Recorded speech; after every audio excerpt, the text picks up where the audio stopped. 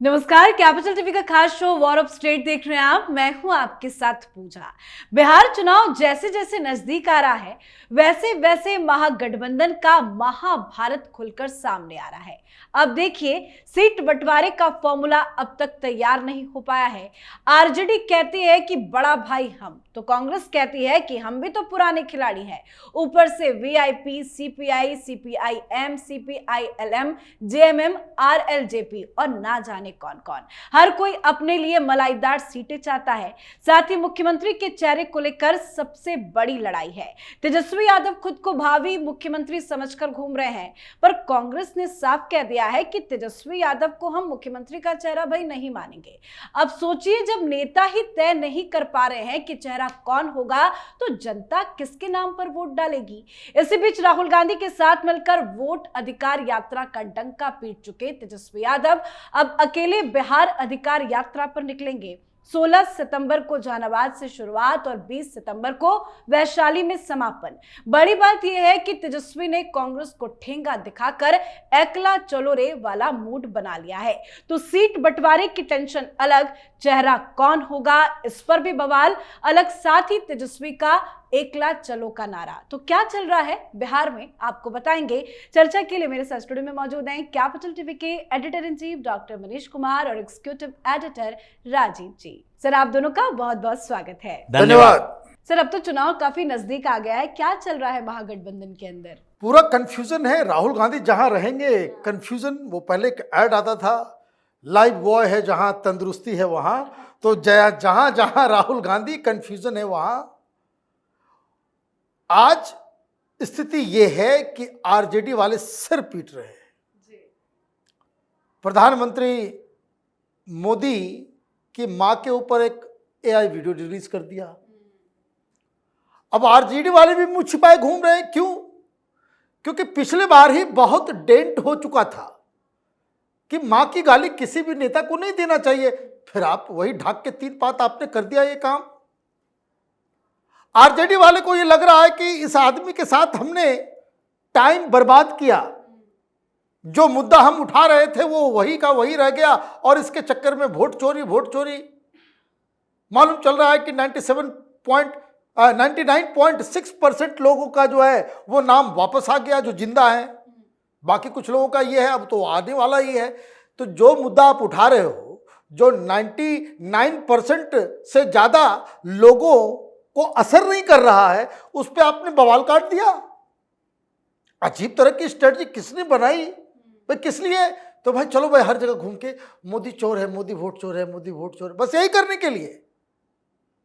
That is the only satisfaction कि उसने जो है हर जगह मोदी चोर है, मोदी को गालियां दे दी, ये करवा दिया, वो करवा। दैट रियल पॉलिटिक्स क्या है? रियल पॉलिटिक्स ये है कि अगर आप चैलेंजर है तो अभी तक आपके सीटों का बंटवारा हो गया होता, चेहरा तय हो गया होता, मुद्दे तय हो गए होते।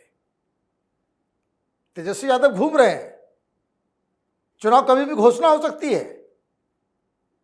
क्या इन लोगों ने तय कर पाया कि अभी तक कि क्या मेन मुद्दा होगा? नहीं। तो ये कंफ्यूजन। क्या सीट बंटवारा हुआ? नहीं, उसमें भी कंफ्यूजन। सीपीआईएमएल वाले कुछ मांग रहे हैं, 40-45 मांग रहे हैं, वीआईपी भी 40 मांग रहा है। उसको बोला जा रहा है तुमको 10 से ज्यादा नहीं देंगे, तो 10 इधर दोगे तो 10 लेने के लिए उधर। अमित शाह ने पहले ही कह दिया है कि 10 सीट हम रिजर्व रखे हुए, कोई भी उधर से आ सकता है। तो आप कैसे क्या करेंगे? और अब तो ऑफिशियल हो गया कि कांग्रेस पार्टी तेजस्वी यादव को मुख्यमंत्री का चेहरा नहीं बनाना चाह रही। और सीट के ऊपर भी बड़ा पेच है, वो राजीव आपको बताएंगे कि ऐसा इनसाइड स्टोरी आई है कि आरजेडी के समर्थक जो है कुछ दिन में सब जाकर के घर बैठ जाएंगे। तो सर, कहां सीटों को लेकर पेच फंसा हुआ है? देखिए, समीकरण को लेकर है। जो अभी तक राष्ट्रीय जनता दल ये समीकरण बनाए हुए थी मुस्लिम यादव, और इसने कांग्रेस ने कहा मुस्लिम यादव तो छोड़ो, मुस्लिम तो कॉमन है, तुम्हारा भी समर्थक हमारा भी समर्थक। अगर हम भी अकेले चुनाव लड़ेंगे तो मुसलमान कंफ्यूज होंगे, हमारे साथ भी आएंगे, तुम्हारे साथ भी आएंगे। ऐसा नहीं है कि सिर्फ कांग्रेस को नुकसान होगा और तुम्हें नुकसान नहीं होगा। तो मुस्लिम के साथ कांग्रेस ने जोड़ा दलित, वो उनका अलग समीकरण चला कि मुस्लिम और दलित वाले क्षेत्र जो हैं, जहां जहां दलित का पॉपुलेशन ठीक ठाक है, जहां मुसलमान बहुसंख्यक हैं, अल्पसंख्यक की बात नहीं है, बहुसंख्यक जिन विधानसभाओं में, उन जगहों पर हमें ज़्यादा सीटें चाहिए। पिछली बार हमसे धोखेबाजी हुई थी, उन सीटों पर हमें उम्मीदवार बनाने के लिए दे दिया जहां भारतीय जनता पार्टी या जनता दल यूनाइटेड वो दोनों मजबूत स्थिति में थे। तो हमारा ये जो जिस तरीके से हमने सीटें मांगी थी, 70 सीटों पर चुनाव लड़े और उसके बाद हमारा स्ट्राइक रेट कमजोर हो गया, 19 सीटों पर जीत पाए। तो इस बार हम कंप्रोमाइज करेंगे, कोई बात नहीं है, हम भी सेक्रीफाइस करने के लिए तैयार हैं और सेक्रीफाइस 10 सीटों तक होगा। 55 से 60 सीटें हमें चाहिए, लेकिन सीट पर हम कंप्रोमाइज नहीं करेंगे कि कौन से क्षेत्र में होना चाहिए। सबसे पहला मामला इन लोगों ने कहा कि सीमांचल का क्षेत्र है और सीमांचल में जो 4 डिस्ट्रिक्ट हैं उसमें किसका वर्चस्व होना चाहिए, क्योंकि 3 जिले हैं और 3 लोकसभा क्षेत्र सीमांचल में, जिस पर कांग्रेस के सांसद यानी कटिहार से तारिक अनवर, किशनगंज से मोहम्मद जावेद और पूर्णिया से ये पप्पू यादव। तो 3 लोकसभा क्षेत्र में यानी 18 विधानसभा क्षेत्रों वाली सीटों पर जब हमारे ही सांसद है तो राजद का दावा कितना होना चाहिए, 2-3 सीटों का, 15 सीटें हमें दो। तो 10 से 15 के बीच इन 3 जगहों पर होना चाहिए। और उसके बाद अररिया में ऐसा नहीं है कि कांग्रेस बिल्कुल खत्म है, तो अररिया में 2 सीटें दो। तो ऐसे अगर 24 सीटें सीमांचल में है, 4 डिस्ट्रिक्ट मिला के, तो उन जगहों को हमें 15 से 18 सीटें चाहिए, कांग्रेस ने दावेदारी कर दी। उसके बाद वो क्षेत्र देखते हैं, जैसे सासाराम का एरिया है जहां से कांग्रेस का सांसद है, तो ऐसे में उन लोगों ने टारगेट किया कि कौन कौन सा क्षेत्र है जिसमें दलित 30% तक है और वहां पर यादव तो अपने आप आएंगे, अगर राजद के साथ गठबंधन होगा तो उसकी भी मजबूरी है, क्योंकि वो अगर राजद के साथ है तो कांग्रेस के साथ भी रहेगा, सीपीआई-एमएल के साथ भी रहेगा, महागठबंधन के साथ रहेगा, मुस्लिम भी महागठबंधन के साथ रहेगा।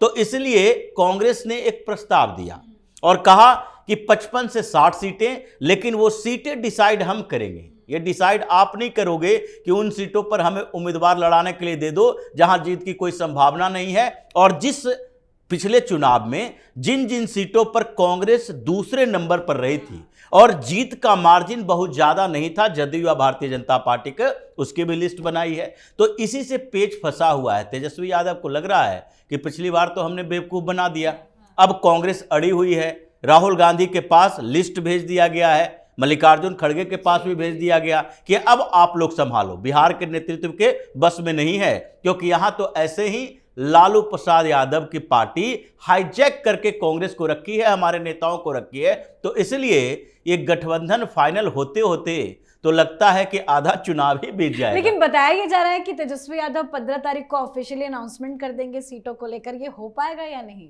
देखिए, उसकी पॉसिबिलिटी बहुत ही कम नजर आ रही है। कारण आपने बताया कि वो रैली के लिए निकल गए, जी जी, तो रैली तो बाद में निकलेंगे, सीटों का बंटवारा पहले कैसे करेंगे? तो रैली होने आने के बाद ही ये सारी चीजें होगी।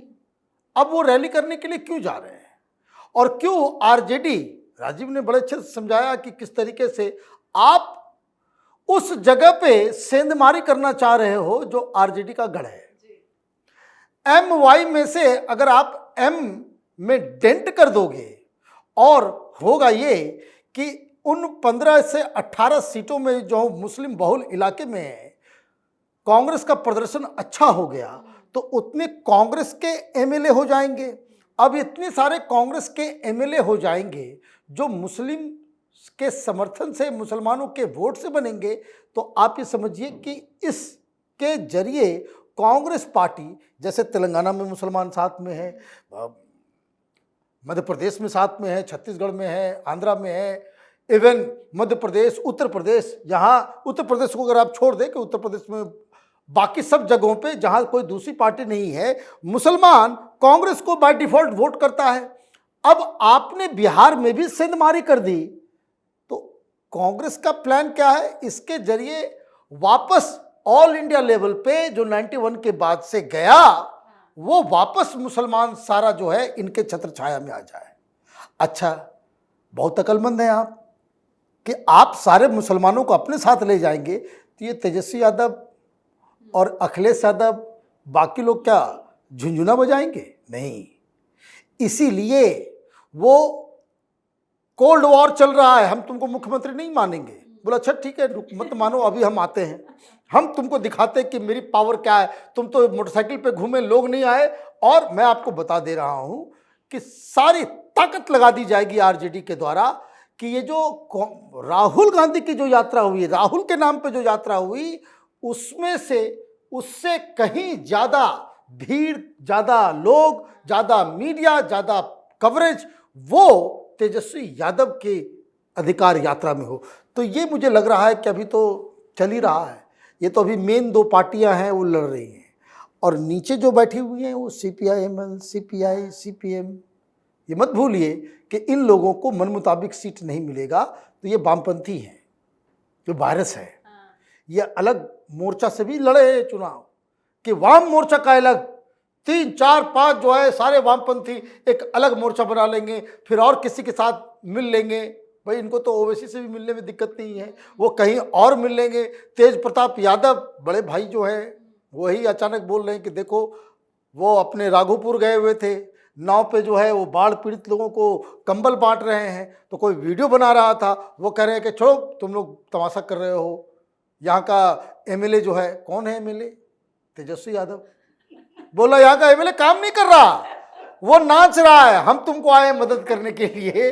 तो ये भाई साहब जो है आपस घर की लड़ाई शुरू हो जाएगी। तो आप देखिए अभी बहुत परमुटेशन कम्युनिकेशन, और Bihar election is not going to be simple.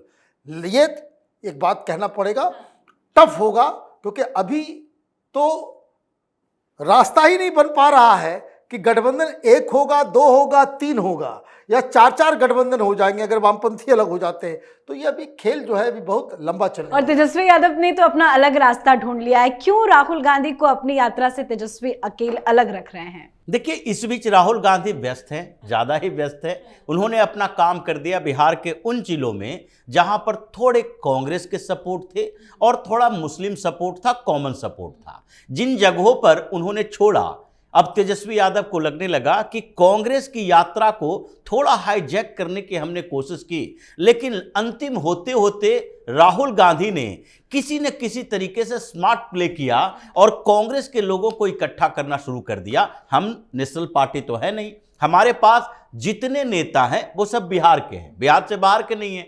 तो ऐसे में राहुल गांधी को मौका मिल गया, वो मुख्यमंत्रियों को बुलाने लगे, अपने सहयोगियों को बुलाने लगे, फिर कांग्रेस के राष्ट्रीय नेताओं को बुलाने लगे, प्रियंका वाड्रा को भी बुलाए। तो ऐसे में तेजस्वी यादव को लगा कि ये बीच में जो राहुल गांधी ने अपनी यात्रा में कांग्रेस के नेताओं को बुलाया, उससे हम पिछड़ गए।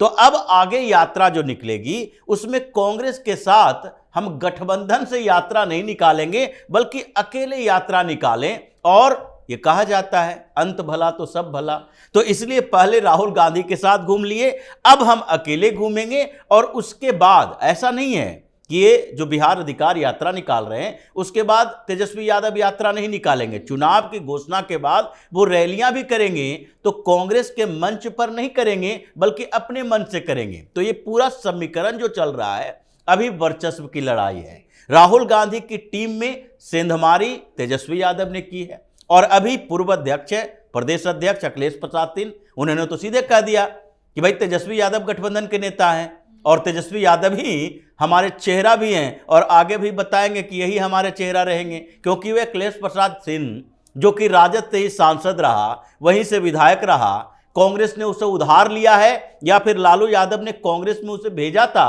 अभी तक क्लियर नहीं है। लेकिन लगता है कि कांग्रेस के अंदर राजद ने कुछ लोग फिट कर रखे हैं, और इस बीच राहुल गांधी को भनक नहीं लगेगा कि कैसे राजद ने कांग्रेस के साथ खेल कर दिया। बिल्कुल, बहुत बहुत धन्यवाद सर आप दोनों का। धन्यवाद। तो चुनाव से पहले महागठबंधन में बवाल मचा हुआ है। विपक्षी महागठबंधन में सीट शेयरिंग का मुद्दा गहराता जा रहा है, जबकि एनडीए ने अपने प्रत्याशियों के नाम घोषित करना भी शुरू कर दिया। बताया जा रहा है कि 15 सितंबर तक तेजस्वी यादव सीटों के बंटवारों की घोषणा करेंगे। तो क्या घोषणा होगा, आने वाले वक्त में देखना दिलचस्प होगा। पर तेजस्वी की यात्रा कांग्रेस के लिए बड़ा झटका जरूर होगी। वो कहते हैं ना, साथ चलो तो बोझ बढ़ जाता है, अकेले चलो तो सारा क्रेडिट मिल जाता है। तेजस्वी इसी फॉर्मूले पर कांग्रेस को किनारा कर रहे हैं। तो आपकी क्या राय है बिहार की राजनीति को लेकर? कमेंट करके लिखिएगा। देखते रहिए कैपिटल टीवी। नमस्कार।